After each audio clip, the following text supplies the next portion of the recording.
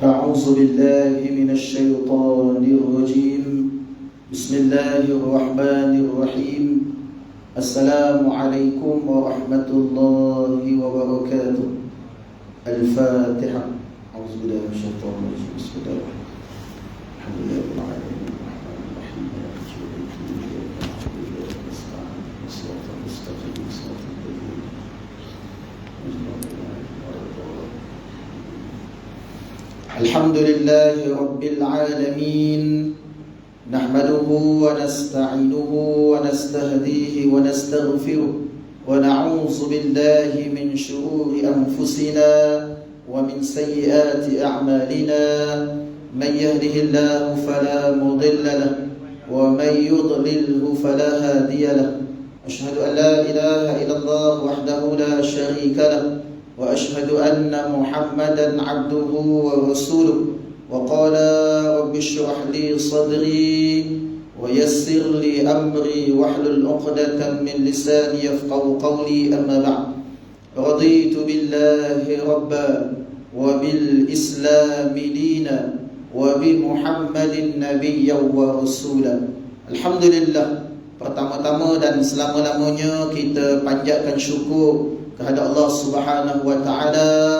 Selawat dan salam ke atas junjungan besar Nabi Muhammad sallallahu alaihi wasallam. Allahumma salli ala Muhammad wa ala ali Muhammad. Kepada keluarga baginda, kepada para sahabat, kepada tabi'in dan seterusnya, kepada mereka yang istiqamah mengikut jejak langkahnya sampai bila-bila. Yang dihormati pengerusi surau Al-Ikhlasiyah Taman Seri Bilu dan seterusnya, ahli tuan kuasa surau, tuan-tuan imam, tuan-tuan bilal, para alim ulama dan seterusnya, sidang hadirin muslimin dan muslimat yang dirahmati sekalian.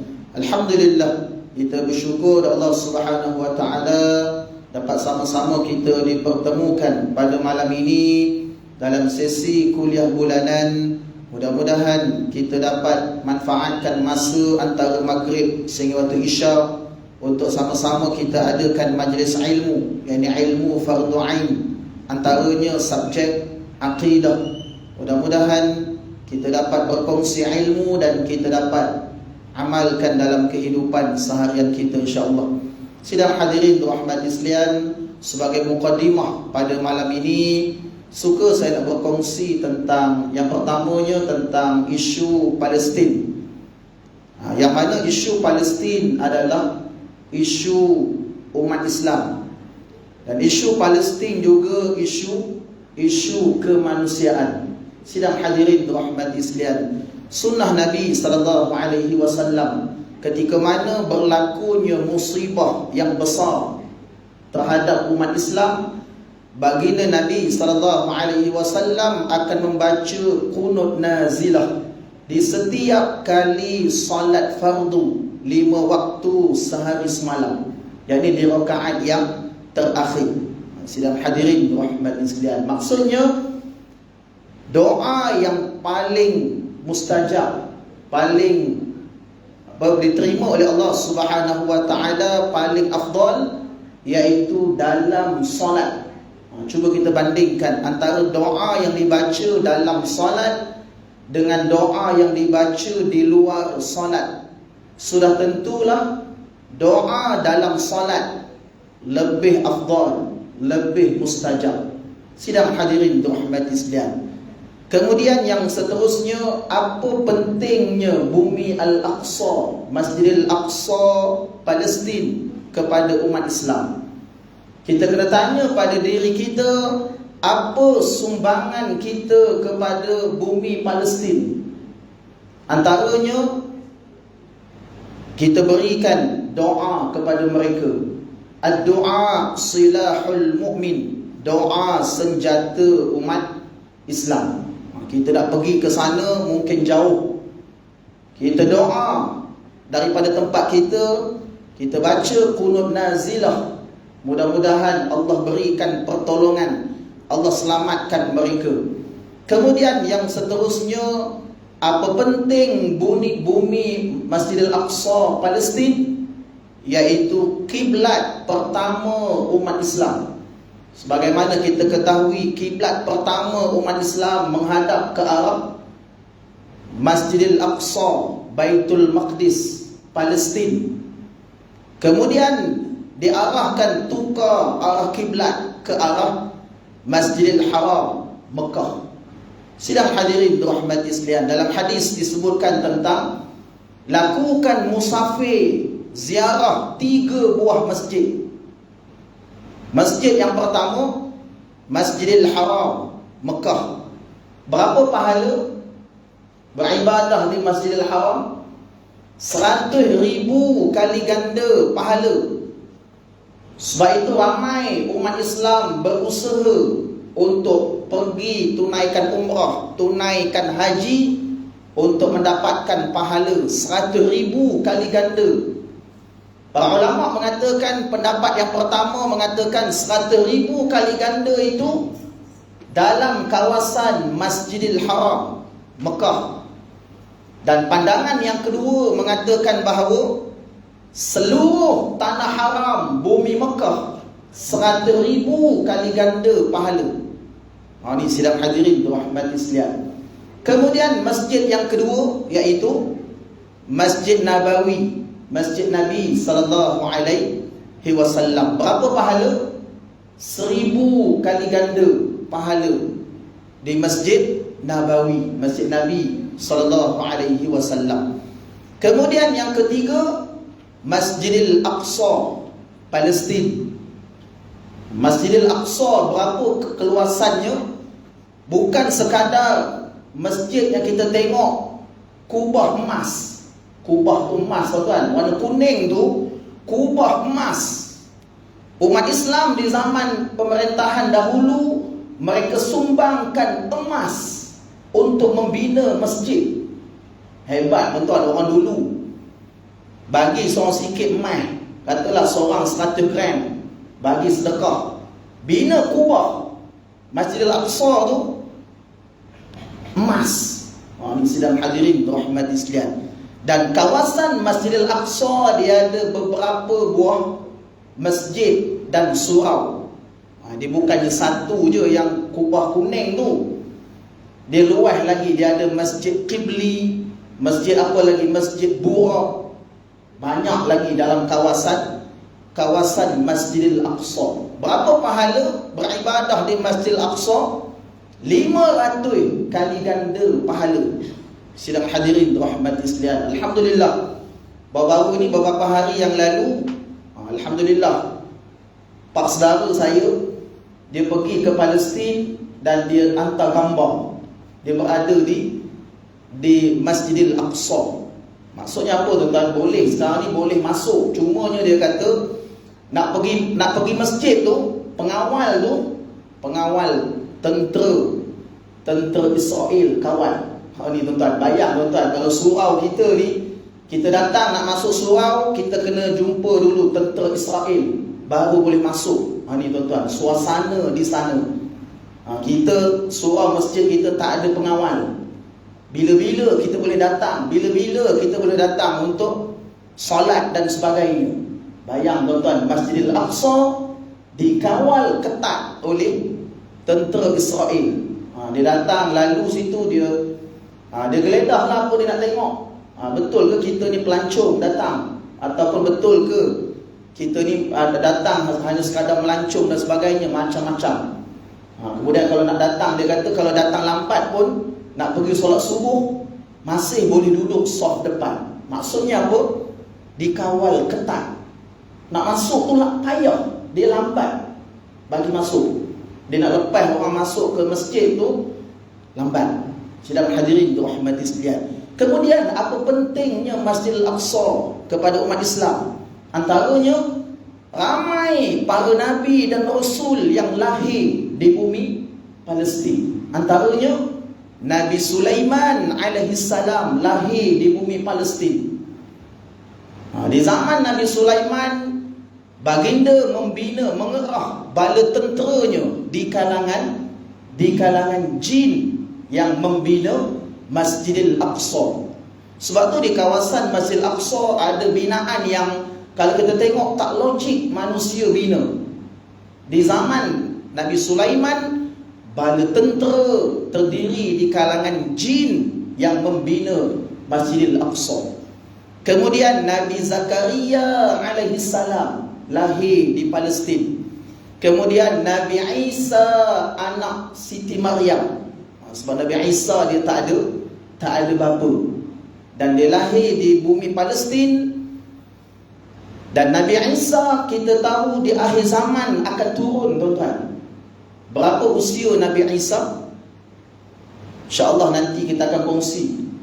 Sama dengan umur ahli syurga, iaitu 33 tahun umur Nabi Isa diangkat ke langit. Dan akhir zaman Nabi Isa akan turun ke bumi. Dan dia akan betulkan. Mula-mula dia akan, tugas dia? Dia akan patahkan salib. Untuk menyatakan bukan dia mati, dia dibunuh, disalib dan sebagainya. Bukan. Dia diangkat ke langit. Kemudian Nabi Isa alaihi salam akan berkahwin dengan seorang wanita dunia. Dikatakan keturunan bangsa Arab. Apa? Maksudnya hebat. Wanita yang berkahwin dengan Nabi Isa alaihi salam hebat. Dapat kahwin dengan seorang Nabi Ulul Azmi. Kan Nabi Ulul Azmi ada 5 orang. Antaranya Nabi Isa alaihi salam. Akhir zaman semua umat akan pergi dekat dengan Nabi Isa. Siapa yang pergi dekat Nabi Isa, dia akan selamat. Siapa yang jauh, maka akhir sekali Nabi Isa akan membunuh Dajjal. Akhir sekali Dajjal dibunuh.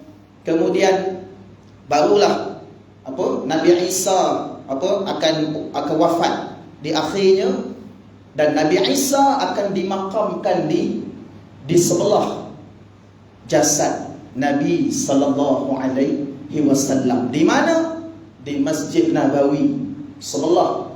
Ada kalau tengok dekat kawasan di tempat makam Rasulullah, di sebelahnya Sayyidina Abu Bakar, di sebelahnya Sayyidina Umar, dan ada satu tempat lagi kosong, tuan-tuan. Di situlah akan dimakamkan Nabi Isa Al-Masih, anak Siti Maryam.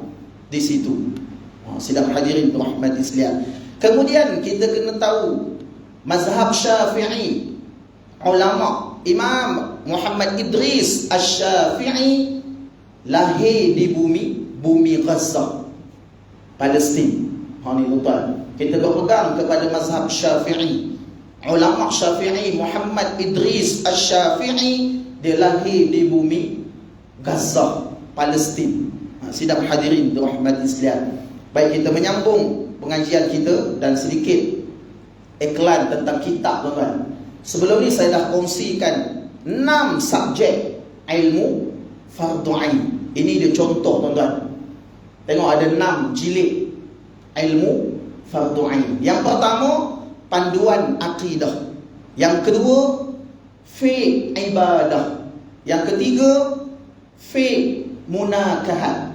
Yang keempat, fiqh muamalat. Yang kelima, fiqh jinayah. Dan yang keenam, tasawuf. Lengkap, tuan-tuan, 6 subjek. Para ulama menghabiskan masa membaca, mengulang kaji ribuan kitab untuk menyusun disiplin ilmu fardu ain. Dan dicetak naskah ini, tuan-tuan, 6 subjek. Mudah. Mudah-mudahan tuan-tuan boleh tempah, dapatkan 6 jilid, harga lebih kurang RM300. Satu jilid RM50. Kulit dia tebal, tuan-tuan. Kulit tebal, tahan lama. Kita letak dekat rumah, bukan ada masa baru ambil. 6 subjek ini ilmu fardu ain, wajib dipelajari, wajib diketahui, wajib diamalkan oleh setiap individu muslim yang mukallaf, yang baligh, yang berakal. Ini, tuan. Kemudian dah selesai kita belajar ilmu fardu ain, tanggungjawab seorang bapa. Seorang bapa wajib dia mengajar ahli keluarga. isteri dan anak-anaknya ilmu fardu ain. Kalau dia tak boleh nak ajar anak-anak dia, dia kena hantar isteri dan anak-anak dia kepada asatizah, ustaz-ustazah, untuk mengajarkan ilmu fardu ain.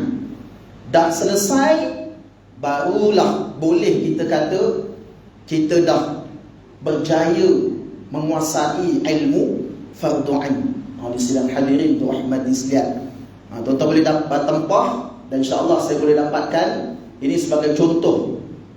Kerana pengalaman saya lebih kurang 15 tahun lebih saya mengajar di surau dan masjid, saya melihat ilmu fardu ain belum selesai, tuan-tuan. Setakat saya mengajar baru 3 subjek. Akidah, fiqh ibadah, tasawuf. Baru 3 kitab. Ada baki 3 kitab lagi belum diajar. Cuba tuan-tuan tengok di negeri kita Perak, ada tak subjek fiqh jinayah diajar di surau dan masjid? Tak ada, tuan-tuan. Dan alhamdulillah saya lihat di Masjid Ipoh, guru saya Al-Fadil Datuk As'ad Awang, Jawatankuasa Fatwa Negeri Perak, dan beliau juga pensyarah di Maktab Ipoh. Pensyarah saya sempat belajar dengan beliau 2 tahun. Dan alhamdulillah saya melihat beliau ada ajar di Masjid Ipoh fiqh jinayah. Ni tuan-tuan, ulama dia tahu kalau ilmu fardu ain wajib diajar kepada masyarakat. Dan masyarakat wajib tahu, wajib laksanakan, wajib amalkan dalam kehidupan. Sidang hadirin rahmati sekalian, mudah-mudahan satu kitab, alhamdulillah di sini kita dah khatam 2 kitab. Akidah, panduan akidah dan fiqh ibadah. Ada baki 4 kitab lagi. Satu kitab saya susun lebih kurang 24 kali perjumpaan. Maksudnya 2 tahun satu kitab. Kalau 6 jilid, 6 kitab, insya-Allah kalau kita dipanjangkan usia 12 tahun, kita akan khatam 6 jilid ilmu fardu ain. Dan kalau kita keluarkan sijil, katalah sijil fardu ain 6 subjek, kita letak dekat dinding. Bukan kita nak bangga, katalah anak cucu kita tanya, ni sijil apa? Ini sijil tamat pengajian ilmu fardu ain 6 subjek. Maksudnya apa? Dia menjadi bukti kita dah belajar ilmu fardu ain. Sidang hadirin rahmati sekalian. Sebab itu kalau kita lihat di surau dan masjid, kita tengok apa subjek yang diajar. Maksudnya kita utamakan ilmu fardu ain dahulu. Dah selesai ilmu fardu ain, baru kita tambah dengan ilmu fardu kifayah. Selain 6 subjek, dia di bawah ilmu fardu kifayah. Sidang hadirin rahmati sekalian, kita menyambung pengajian kita dalam matan Jauharah At-Tauhid, iaitu di muka surat 140 yang ada kitab. Tajuk pada malam ini iaitu Mukjizat Nabi Muhammad sallallahu alaihi wasallam. Sidang hadirin rahmati sekalian, mukjizat iaitu perkara luar biasa yang berlaku kepada Nabi dan Rasul alaihi wassalatu wassalam. Antaranya ada ulama yang mengarang kitab menyenaraikan senarai mukjizat Rasulullah sallallahu alaihi wasallam. Antaranya lebih 1000 mukjizat Nabi sallallahu alaihi wasallam. Banyak tak sidang hadirin? Banyak. Yang kita tahu banyak tak? Tak banyak. Antaranya apa yang kita tahu? Mukjizat Rasulullah sallallahu alaihi wasallam antaranya Al-Quran. Al-Quran dia akan dipelihara sampai hari kiamat. Itu mukjizat Rasulullah sallallahu alaihi wasallam. Baik, dalam kitab ini yang pertama, keluar mukjizat, keluar air dari celah jari jemari Nabi sallallahu alaihi wasallam. Hebat, tuan-tuan. Cuba kita bayang, kita di zaman Rasulullah, kita duduk di tempat sahabat, tiba-tiba keluar air daripada celah jari jemari Nabi sallallahu alaihi wasallam ketika ketiadaan air dalam perang Tabuk, perjanjian Hudaibiyah, perang Biwak dan sebagainya. Maksudnya bukan sekali berlaku, banyak kali. Dan dikhabarkan ketika air keluar daripada celah jari jemari Nabi sallallahu alaihi wasallam, semua bala tentera Nabi sallallahu alaihi wasallam dapat minum air tersebut. Air itu ditadah. Dia macam apa, ditadah, kemudian ditakung dalam telaga dan diminum oleh semua tentera ketika itu. Itu hebat. Sebab tu air paling terbaik di dunia, iaitu air yang keluar daripada celah jari jemari Nabi sallallahu alaihi wasallam. Kemudian air Zam-Zam. Air Zam-Zam dia keluar daripada hentakan kaki Nabi Ismail alaihi salam. Istilahnya irhas. Sebab Nabi Ismail belum lagi jadi nabi, jadi istilahnya irhas. Dia berlaku kepada seorang yang bakal menjadi nabi. Irhas. Sidang hadirin rahmati sekalian. Kemudian yang kedua, bulan purnama terbelah dua bahagian di langit. Ini berlaku ketika mana golongan musyrikin Mekah cuba mencabar Nabi. Kalau betul lah Nabi ni seorang Nabi, ajaran yang dibawa oleh Nabi itu betul, cuba belah bulan. Allah Subhanahu wa taala berikan mukjizat membelah bulan. Sebelah bulan diletakkan di Jabal Abu Qubais. Ini tuan-tuan, waktu saya pergi umrah, betul-betul depan hotel Dana Taj. Dana Taj tu kan ada depan tu ada apa? Sekarang ni dibina apa? Di istana Raja King Fahad. Di atas sana, di belakang itu Jabal Abu Qubais.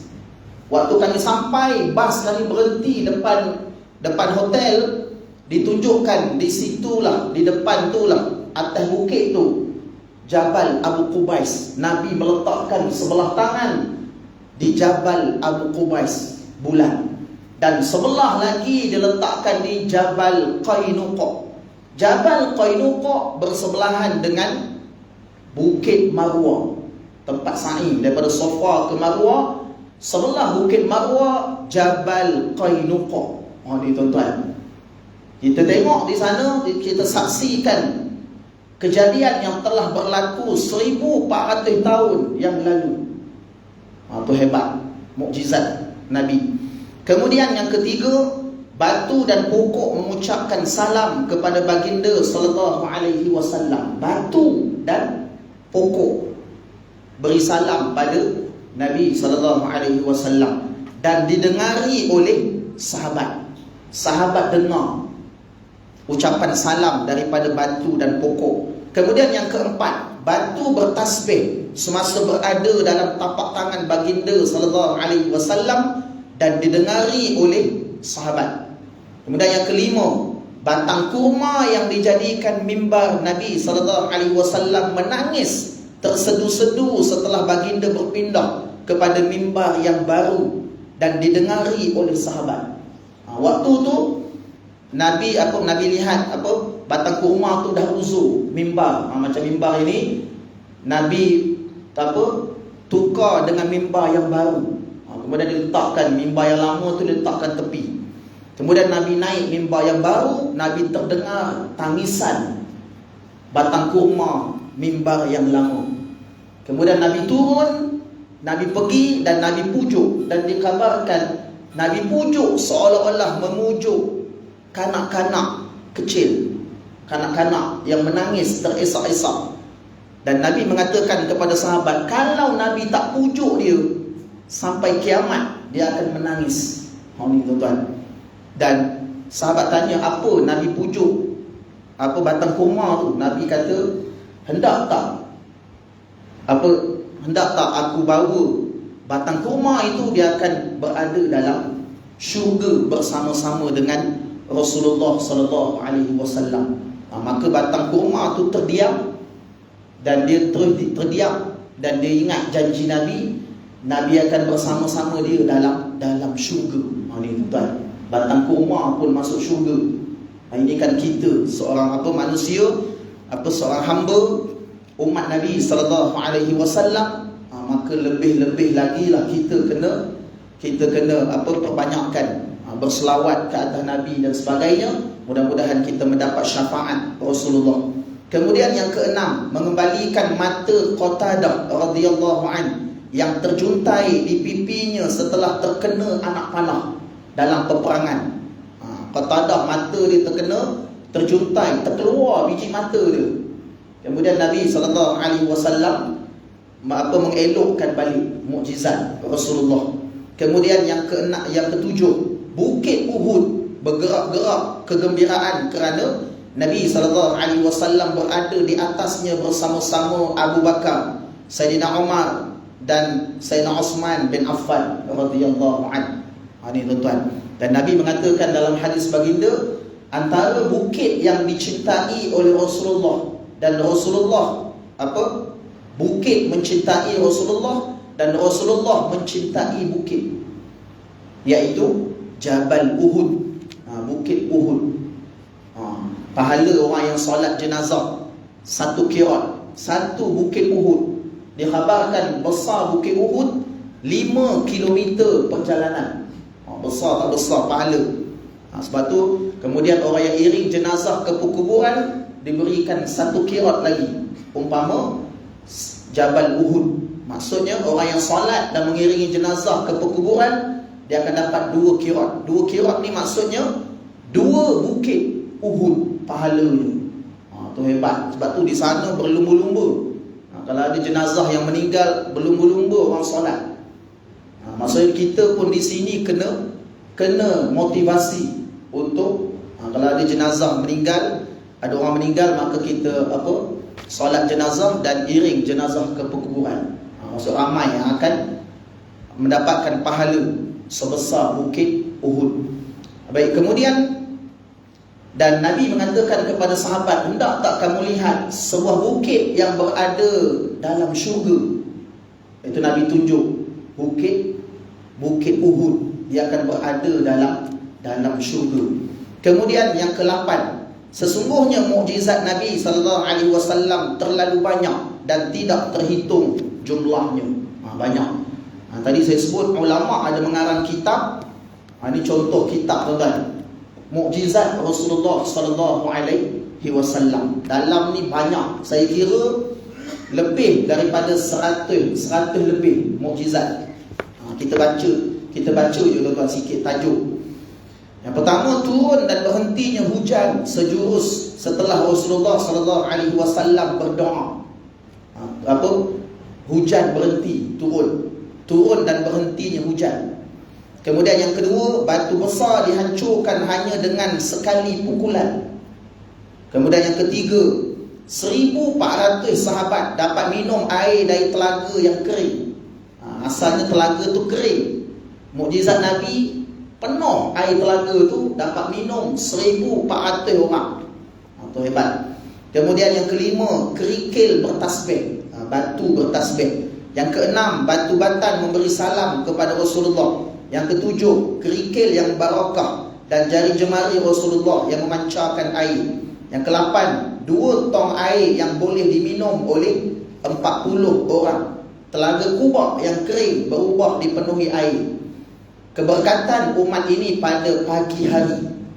Pagi hari itu doa Nabi, berkat. Sebab tu kena bangun awal waktu pagi.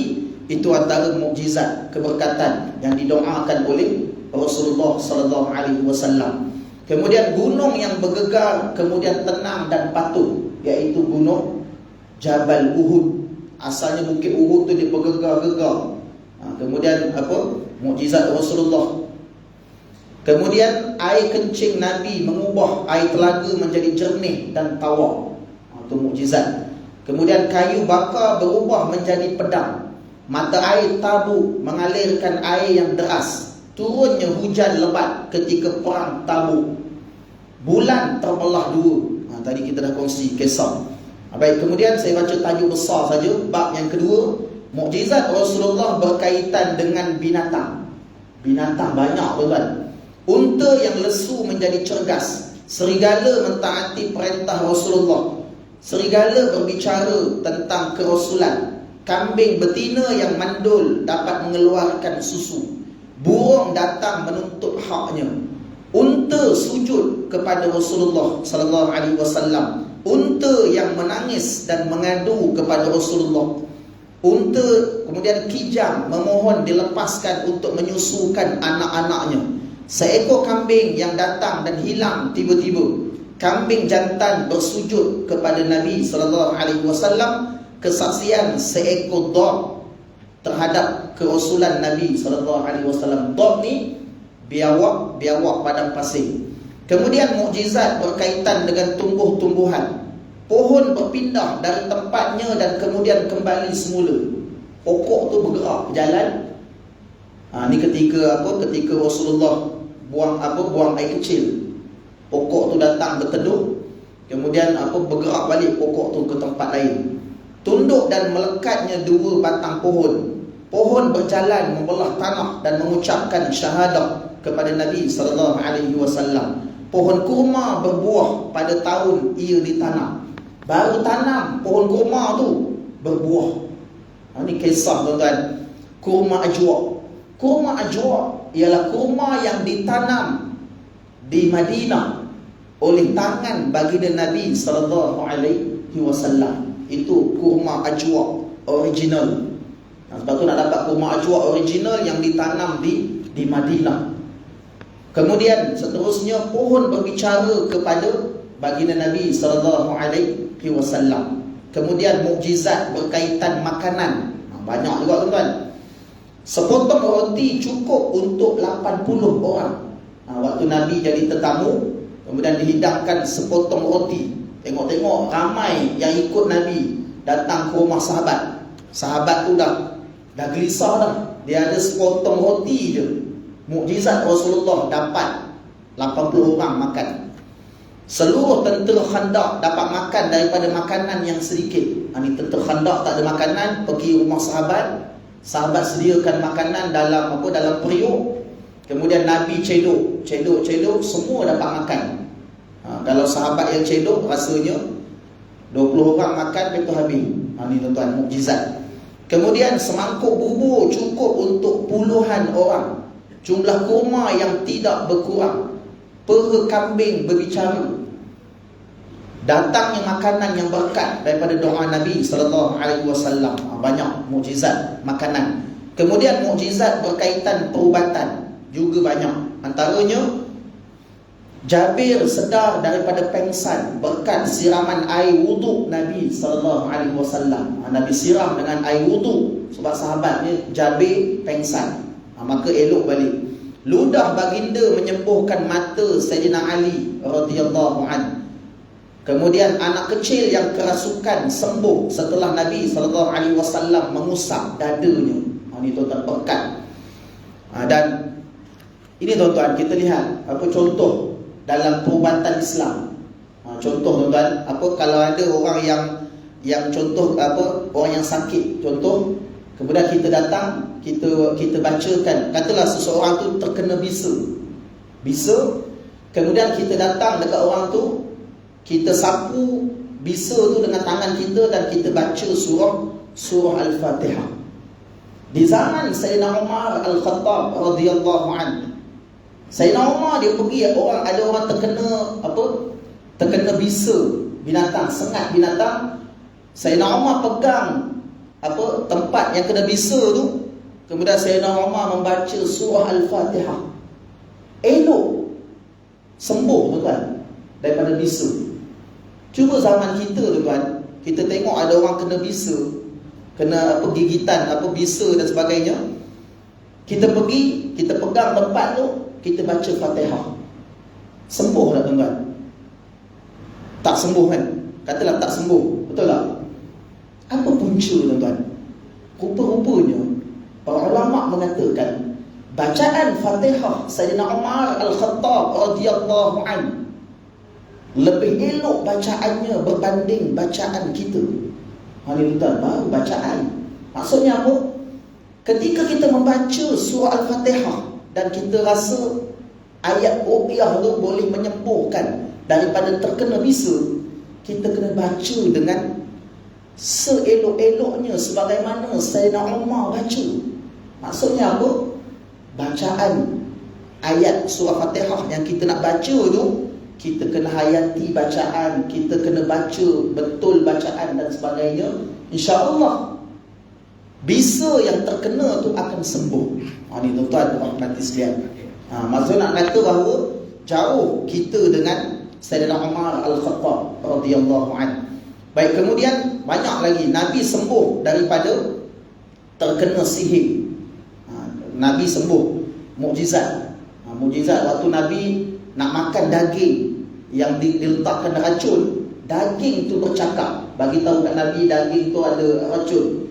Tapi Nabi dah termakan sedikit, maksudnya dah masuk mulut. Dan di akhir sebelum Nabi wafat, ada kesan kesakitan daripada sihir yang terkena tu. Sidang hadirin rahmati sekalian.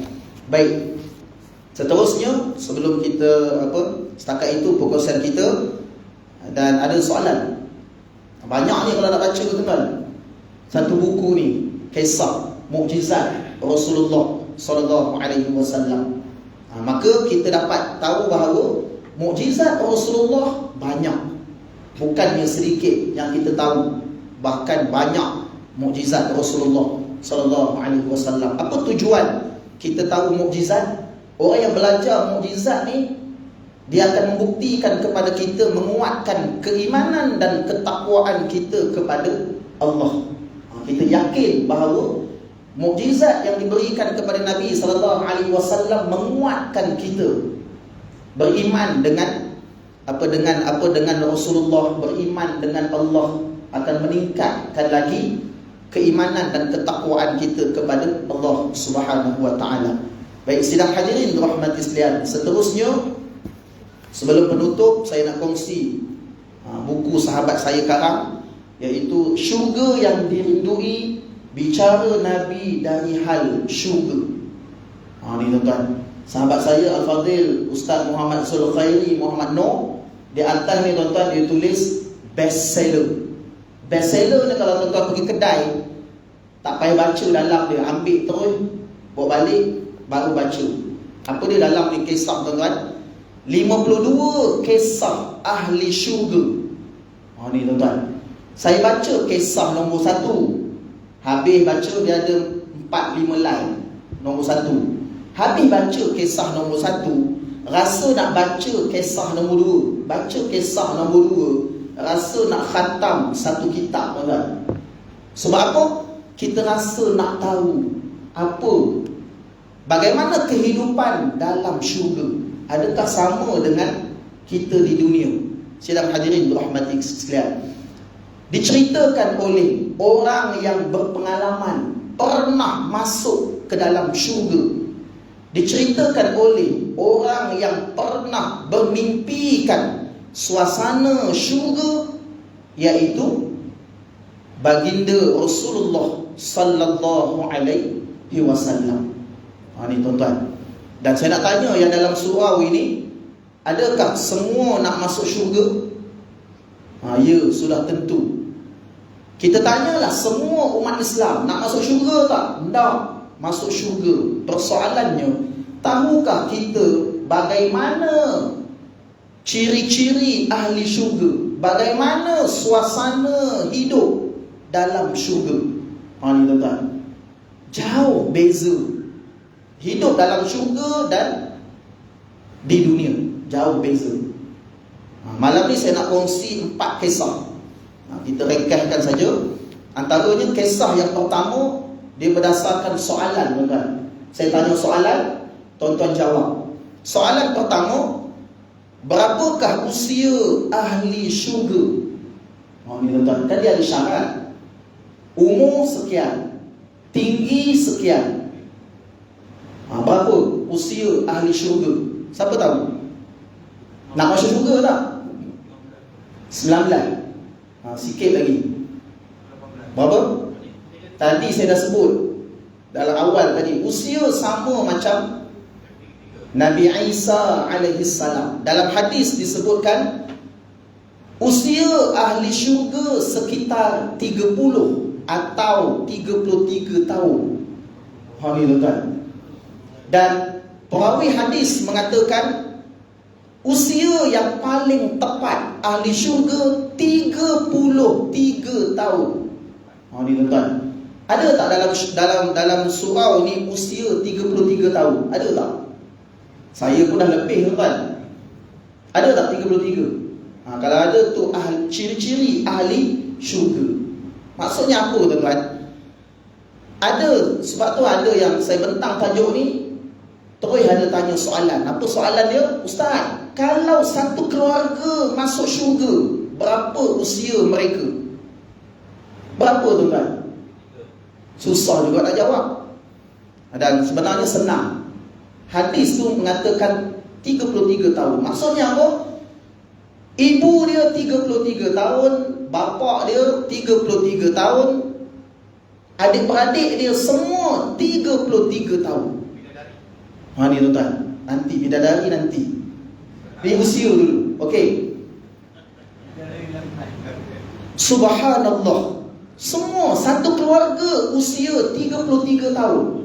Hebat tak tuan-tuan?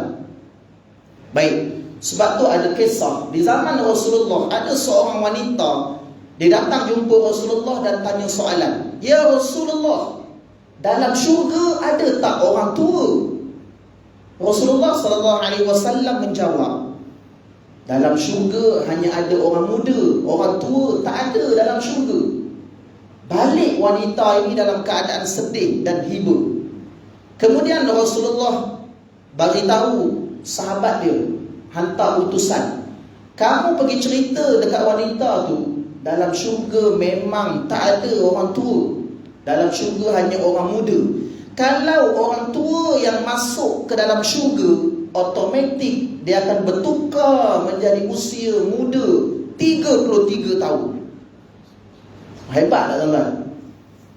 Macam mana kita nak bandingkan? Okey, tuan-tuan bandingkan antara usia orang muda dengan orang tua, mana nikmat?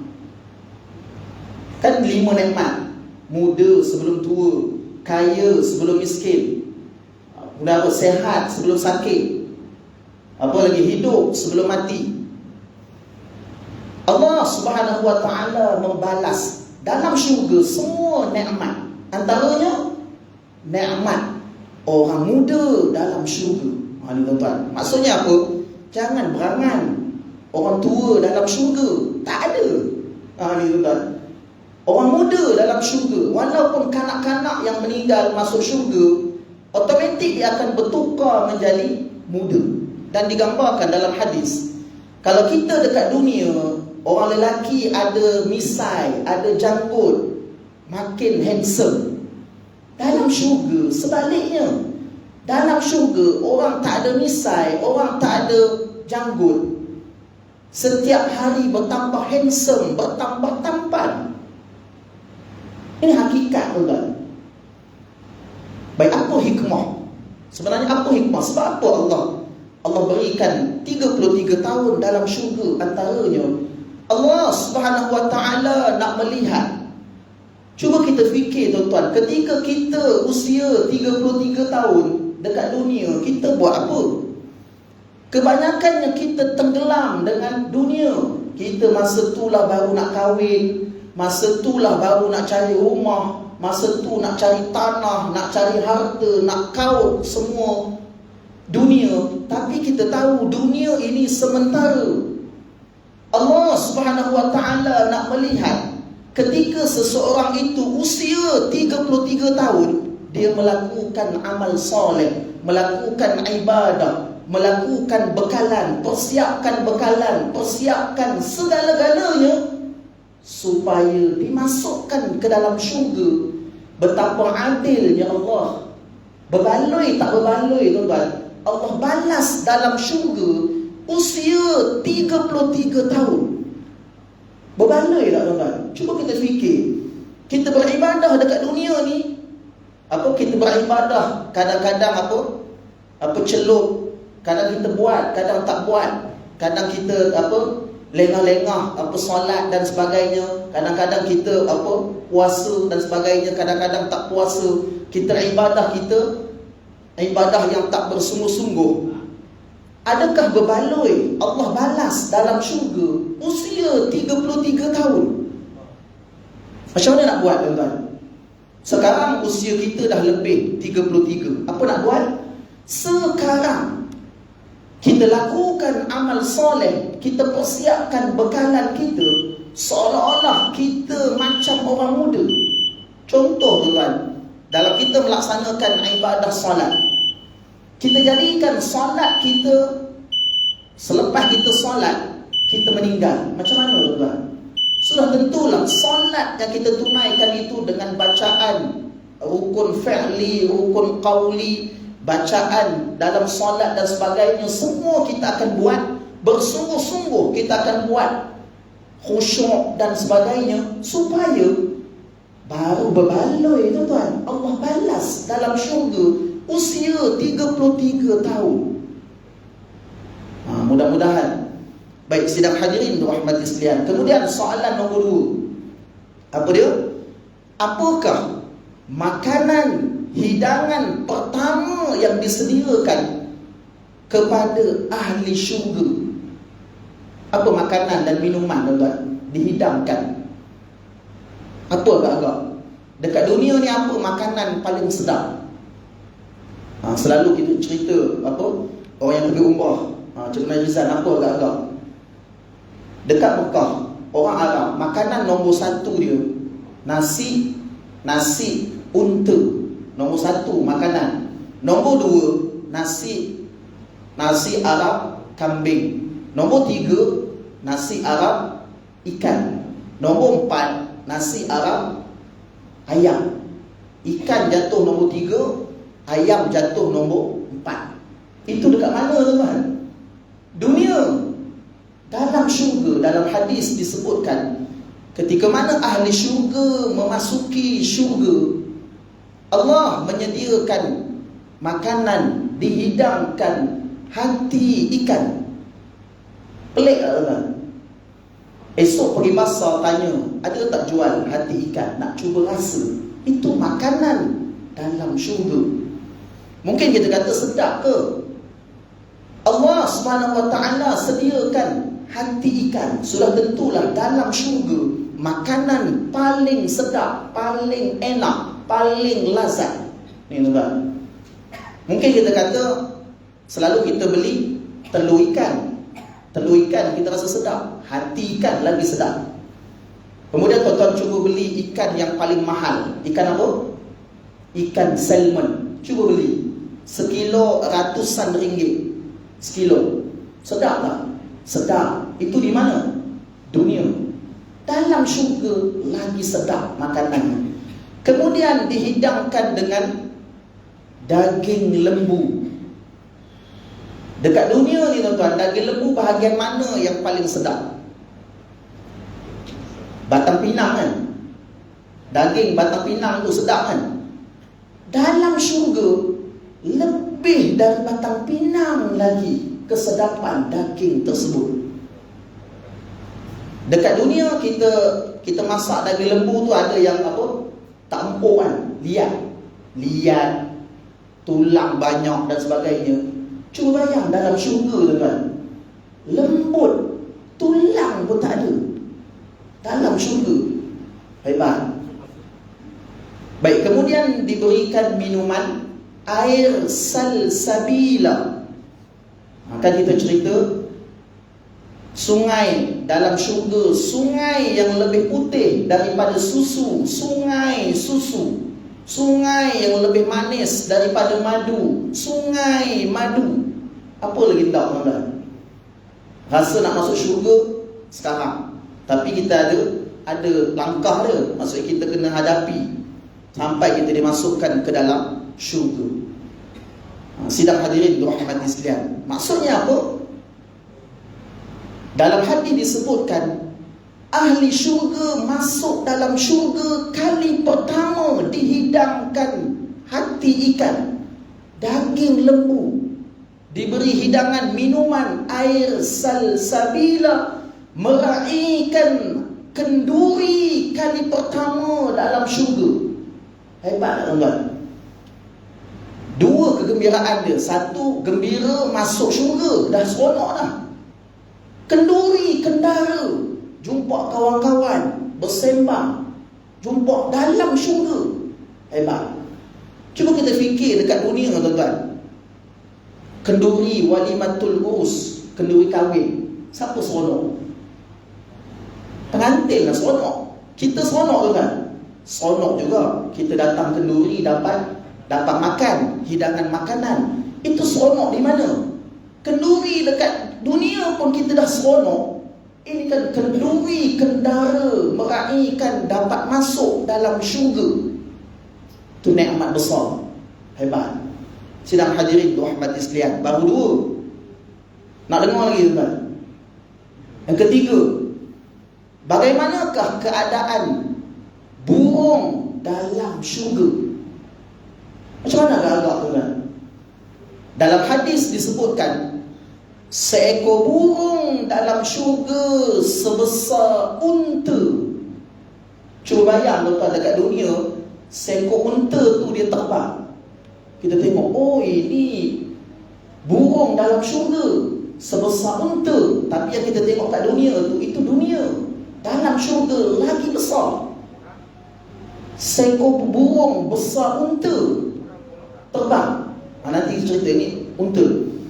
Seekor unta dimakan oleh seorang ahli syurga. Bayang tuan-tuan, seorang makan seekor burung sebesar unta dalam syurga. Habis seekor, tambah lagi seekor. Sebab apa, tuan-tuan? Dalam syurga tak ada buang air besar, tak ada buang air kecil, tak ada buang kekotoran. Kalau ahli syurga berpeluh, peluhnya akan mengeluarkan wangian kasturi. Oh, hebat, tuan-tuan. Makan sekenyang-kenyangnya. Dalam syurga dah makan, dah kenyang. Seekor burung sebesar unta makan. Habis, perut dia pun kembung, kemudian kempis balik.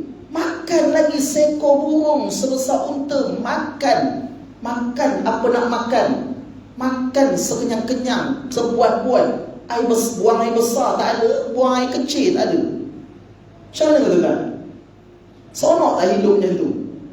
Seronok. Baik, itu antara.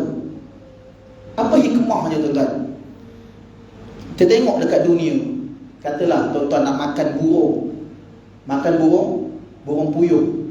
Tuan-tuan goreng burung puyuh tu, makan seekor. Banyak tak isi dia? Sikit. Tulang dia banyak tak? Banyak.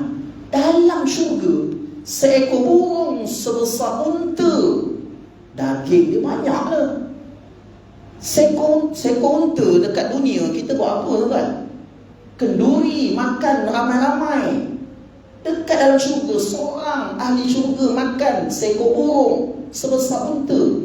Habis seekor, ambil seekor lagi, makan sekenyang-kenyang, sepuas-puasnya.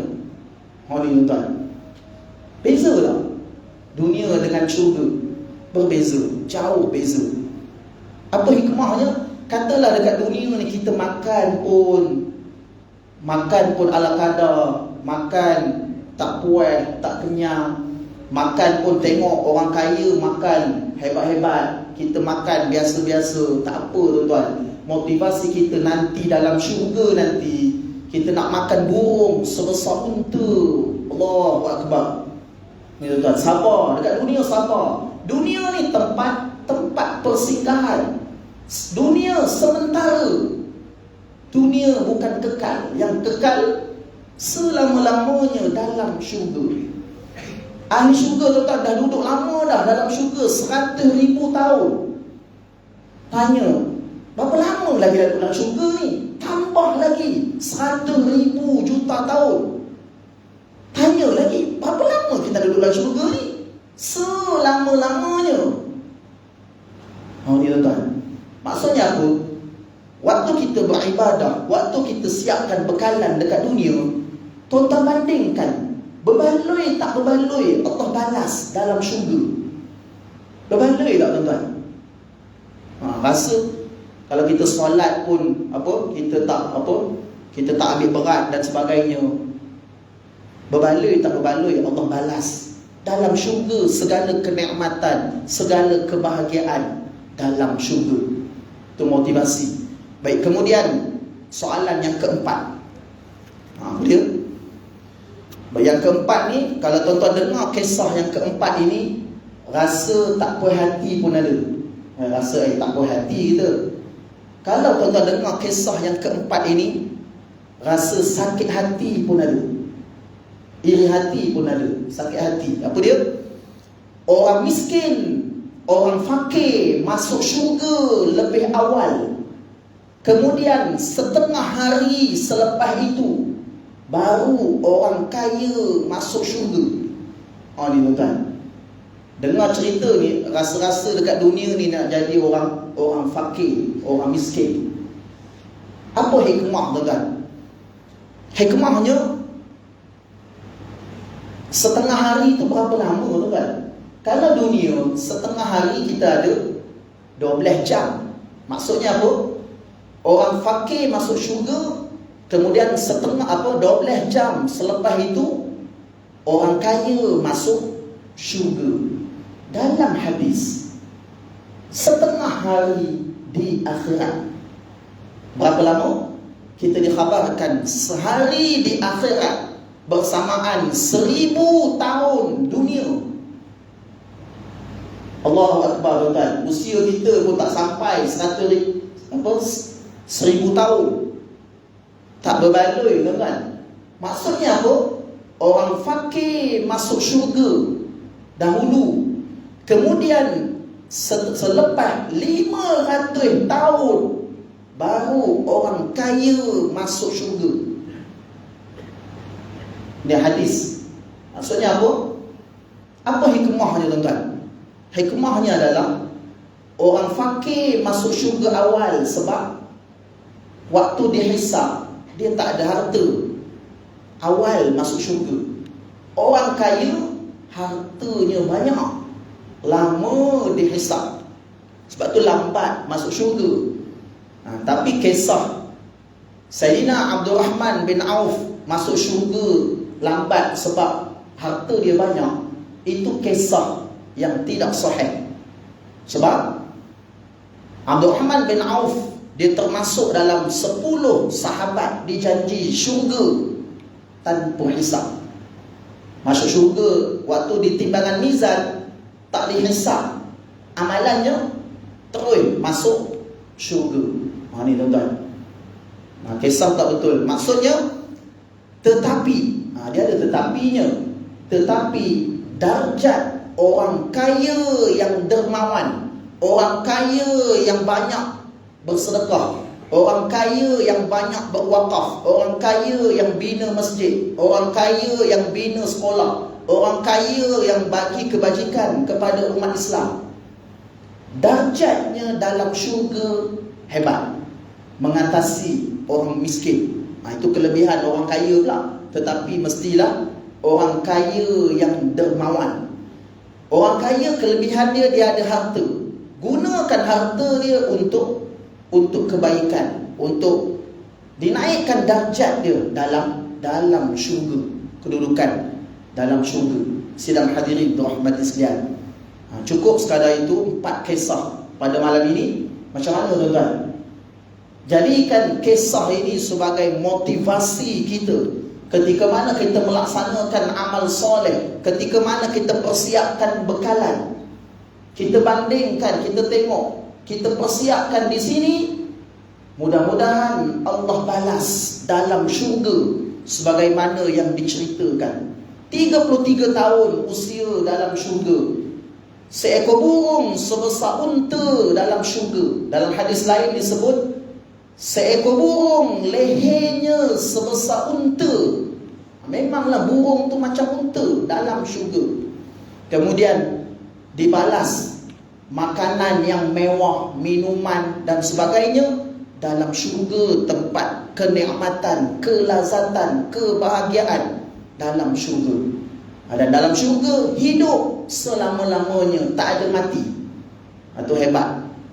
Dan tadi ada sahabat kita nak tanya tentang macam mana bidadari. Sidang hadirin rahmati sekalian, InsyaAllah akan datang, kita akan kongsikan bagaimana nak dapatkan bidadari syurga.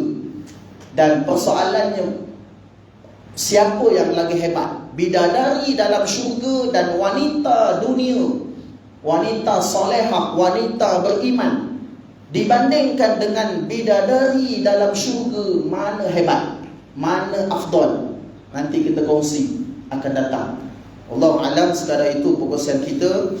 Kita tutup dengan bacaan doa. A'udzubillahi minasyaitonirrajim. Bismillahirrahmanirrahim. Alhamdulillahirabbil alamin, wassalatu wassalamu ala asyrafil mursalin sayyidina Muhammadin wa ala alihi wa sahbihi ajma'in. Allahumma faqihna fid din wa 'allimna ta'wil wa hdina siratal mustaqim. Allahumma ij'al dinana din nabiyina Muhammadin sallallahu alaihi wasallam, wa islamana islamal muslimin, wa imanana imanal mu'minin, wa salatana salatal khashi'in, wa a'malana 'amalas salihin, wa niyyatana niyyatal mukhlisin, wa zunubana ya Allah zunubal mustaghfirin, wa hayatana hayatal ulama, wa mautana mautish syuhada, wa adkhilnal jannata ma'al anbiya alaihimus salatu wassalam. Ya Allah, ya Rahman, ya Rahim, permudahkanlah urusan kami untuk mendapatkan syafaat pertolongan Rasulullah sallallahu alaihi wasallam di 5 tempat. Tempat yang pertama ketika mana di padang mahsyar, tempat yang kedua ketika mana di timbangan mizan, tempat yang ketiga di telaga Haud, telaga Kausar, tempat yang keempat ketika mana di titian Sirat, dan tempat yang kelima ketika mana di dalam syurga-Mu. Mudah-mudahan kami dapat masuk ke syurga-Mu bersama-sama dengan Rasulullah sallallahu alaihi wasallam. Ya ayyatuhan nafsul mutmainnah, irji'i ila rabbiki radiyatan mardiyah, fadkhuli fi ibadi wadkhuli jannati. Rabbana atina fid dunya hasanah wa fil akhirati hasanah wa qina adzaban nar. Wa sallallahu ala sayyidina Muhammad wa ala alihi wa sahbihi ajma'in. Walhamdulillahi rabbil alamin. Kita tutup dengan tasbih kafarah dan surah Al-Asr. Subhanallah bihamdik, asyhadu an la ilaha illa anta, astaghfiruka wa atubu ilaik. Bismillahirrahmanirrahim. Wal 'asr, innal insana lafi khusr ila alladhina amanu wa 'amilus solihat wa tawassaw bil haqq wa tawassaw bis sabr. Shadaqallahul 'azim. Aqulu qali hadza wa astaghfirullah li wa lakum. Wassalamu alaikum warahmatullahi wabarakatuh.